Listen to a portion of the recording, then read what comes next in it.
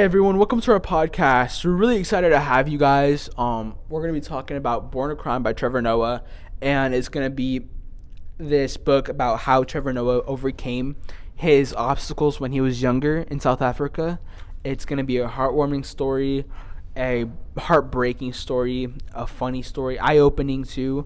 Though I do have to warn you guys, Delana and Ashley are not here today, so they're not going to be talking. Though it is going to be Megan and Michael here, and we're all going to be talking about the podcast. All right, let's introduce you guys to Megan and Michael. Hello, my name is Megan, and before we move into the storytelling, I would like to introduce what topics we would be covering. The first topic is all about his home life and how he grew up. The second topic is all about the different churches he went to, and the third is all about the school life. Now to Michael. Hi, my name is Michael. We'll be doing his home life. He was a mixed child in a black family, so he was black and white in a family that was all black. So he felt different from everyone else. He was more privileged and was probably the most mischievous kid in his home. And he couldn't hang out with his parents outside of the house. He couldn't hang out with anyone outside of his house. The only time he'd hang out with anyone was at school. And yeah. DJ? Yeah. Hello, I'm Megan again. So we'll be starting off with topic 1. It's all about his home life. So he was a mixed person, so he had a black mother and a white father. His mother was actually African American, and he was, I don't want to pronounce it wrong, but Zehosa? Something like that. Well, then his father, he was Swedish, and they fell in love, then he had him, right? And because it was illegal for an African American and a Caucasian person to get together, he had to be hidden. So, Delana, how did you feel that his mother and father couldn't really be seen out in public with him? I felt scared for him since he couldn't be himself around even his own family or in his own community to be himself. Yeah, that's a lot how I felt. DJ, how did you feel?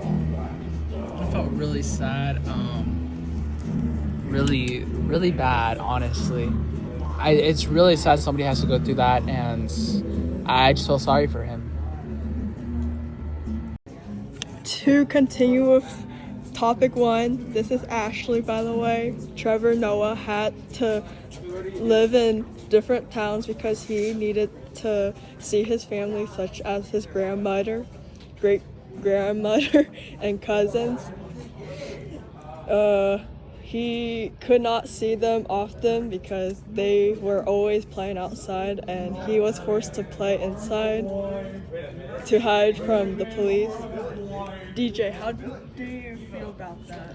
I mean, I don't think any child should endure playing inside just to stay away from the police. And I mean, it sounds like the Japanese that had to, segregation from the Japanese. It kind of sounds like what they had to endure, like renting toys out and staying away from the outside world. It just sounds like segregation all over again. Like, I know it isn't, kind of is, but it just reminds me of the Japanese that had to go through that in the past in America because they all thought they were spies.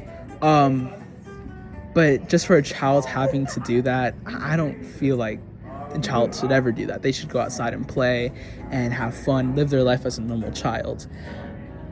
It's just sad. Like I said, the last one, I think his whole childhood was sad. I mean, being mixed must have been really hard, and from what this book tells us, it was. I mean, every child should have an opportunity to live their life. He didn't, for the most part. And he might not have any friends when he was younger because he had to stay inside as well. I don't know. It sucks.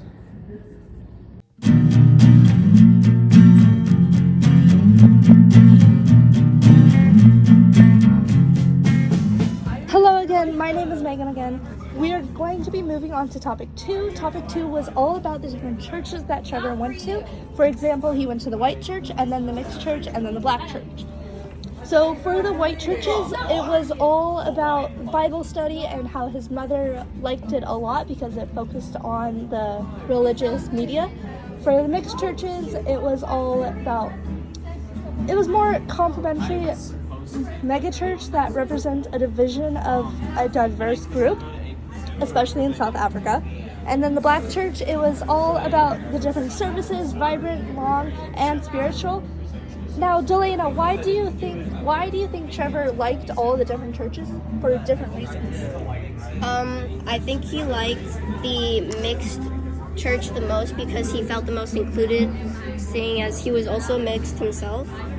And he also enjoyed the white church because he could learn about different scriptures and writings, and could beat the other kids in the church with the quizzes they took. And for the black church, he also really liked the singing they did a lot in that church. Great. And how did you feel about when the preachers, they tackled some people to get the spirit demons out of them? Here, I'll answer this one. Delana has done so much work. Thank you so much, Delana. I mean, like, we're going to go on to you next level. So don't worry. So, yeah, stay tuned. But tackling people for the exorcist, oh my gosh. I mean, that must have been a sight to see. I would have loved to go to church for that specific reason. I mean, imagine being bored out of your mind and then you're about to fall asleep and then seeing a pastor, a full-on priest, like, just seeing them tackle somebody to the ground. That's like full-on football instincts kick in and they're just like, whoa. I mean, it would have been even more amazing if they broke a bone or something, because imagine that. And then they're like, demon, get out of your body there. Like, that would have been so cool. It would have been like a full-on show. I mean, I feel like that would have been all over like all social media and stuff. But low-key, I would have loved to see that. I mean, I think people would literally pay to see that, wouldn't they? I mean, that's just so cool. Thank you, DJ. Now the third topic is about his identity and how he belonged in his community. His mom taught him multiple languages, 2 of them being Xhosa and English. These helped him to fit in school and even church. Now, Megan, how were these churches and schools similar? The churches and schools were actually very similar. Like with the churches, there was multiple groups, the white church, black church, and mixed church. And same with school. There were multiple groups hanging out and being together at school, such as black children and white children. I know it seems mean, but really that's how it was in that time. Because it was very different. People did not get along, especially with the police and all the crime. It was just very different, right? So I actually love this one quote that he said in chapter 13. I became a chameleon. My color didn't change, but I could change your perception of my color. So he's basically saying, even though there were multiple groups and he was mixed himself, he could change how he talked or how he felt about different problems just to fit in, because he was very different, right? So, Delana, how did people treat Trevor in school, like the students and the teachers? Because I know they treated him very different if he had to change his perception of who he was. Yes. He was treated very differently, and something he said even in his book was, I learned that the quickest way to make a teacher mad is to ask. Basically saying how very strict it was for him, and if he were to even question even simple things, he would get reprimanded or get punishments just for being curious, because not only of who he was, but his background and everything else. And Megan, what do you think about that? Yeah, the teachers were definitely really, really strict, especially which schools he went to. Like Maryvale College, the teachers were so strict, and Trevor often got in trouble for being funny, mischievous, or even just talking too much. I remember once he even said story about how he once pooped on the floor of a classroom because he was just too afraid to go ask to the bathroom. A moment that's funny, but it also shows his fear of authority, of misunderstanding of white rules.